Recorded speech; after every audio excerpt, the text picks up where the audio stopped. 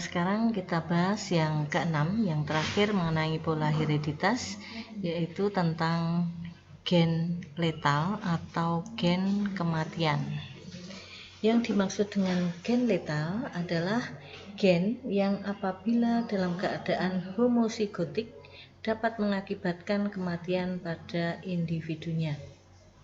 Gen letal ada yang bersifat dominan, ada juga yang bersifat resesif.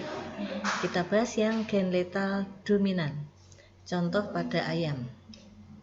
Pada ayam, gen C besar dari kata creeper. Genotipnya C besar berarti homozigot dominan. Maka dia bersifat letal, mati sejak embrio. Jadi tidak pernah ada ayam yang genotipnya C besar. Jika genotipnya C besar C kecil, heterozigot bukan homozigot, maka ayam itu tetap hidup tetapi punya cacat. Dia kakinya pendek, dikenal dengan nama ayam creeper atau redep. Sedangkan ayam normal genotipnya C kecil. Di contoh ini tidak menggunakan gen C tetapi menggunakan gen R dari kata redep, tapi sebenarnya maksudnya sama. Dua ayam, betina dan jantan, sama-sama redep, sama-sama kaki pendek. Ini mohon maaf gambarnya kok adanya jantan semua, ya ini jantan kawin dengan jantan, mestinya ya jantan dan betina. Dua ayam redep dikawinkan, berarti genotipnya R besar R kecil kawinkan dengan R besar R kecil. Genotipnya redep. Gametnya tinggal pisahkan R besar dan R kecil. Nulisnya mestinya R besar di atas, kemudian baru R kecil di bawahnya. Tapi boleh juga ini R besar, R kecil, maksudnya gametnya R besar dan R kecil. Yang ini juga. Kemudian F1-nya masukkan dalam papan catur. Gamet betinanya R besar dan R kecil, gamet jantannya juga. Kemudian dipasangkan, ini R besar berarti letal, ini R besar R kecil, redep, R besar R kecil, redep, dan ini R kecil normal.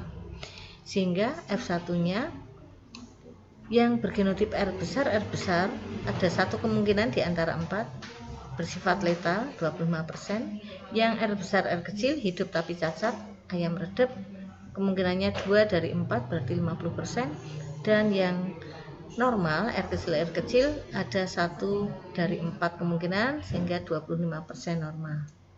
R besar redep, R kecil normal. Ini fotonya.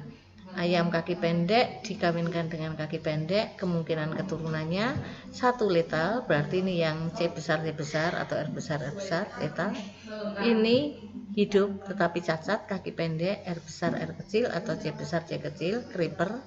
Dan ini normal, kaki biasa, R kecil atau C kecil. Cuma hati-hati, kadang-kadang pertanyaannya begini, ayam redep disilangkan dengan ayam redep, pertanyaannya berapakah keturunannya yang berkaki normal di antara yang hidup?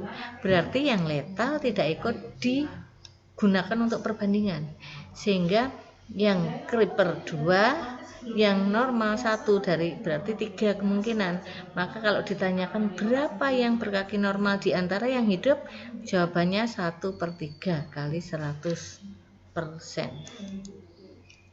Pada manusia ada penyakit keturunan genetis yang namanya thalassemia, di mana kelainan ini terjadi pada eritrositnya.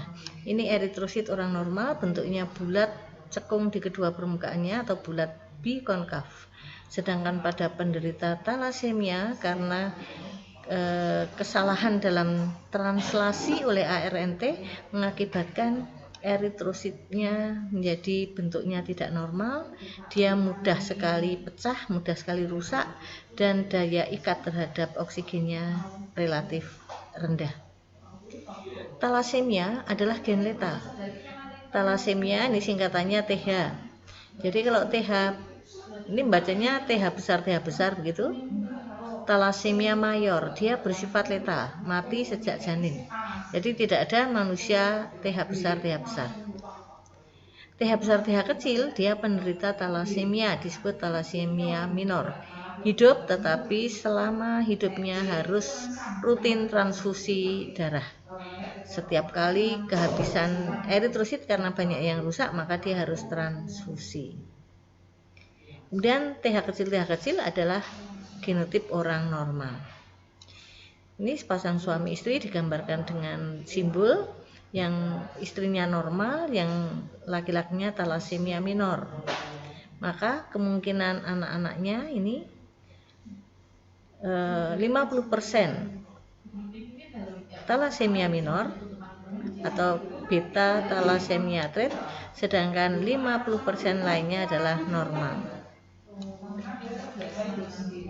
Karena talasemia itu tidak terpaut kromosom seks, kok kemudian ditanyakan misalnya ini laki-laki normal menikah dengan perempuan normal, maka karena tidak terpaut seks jangan menuliskan X-nya.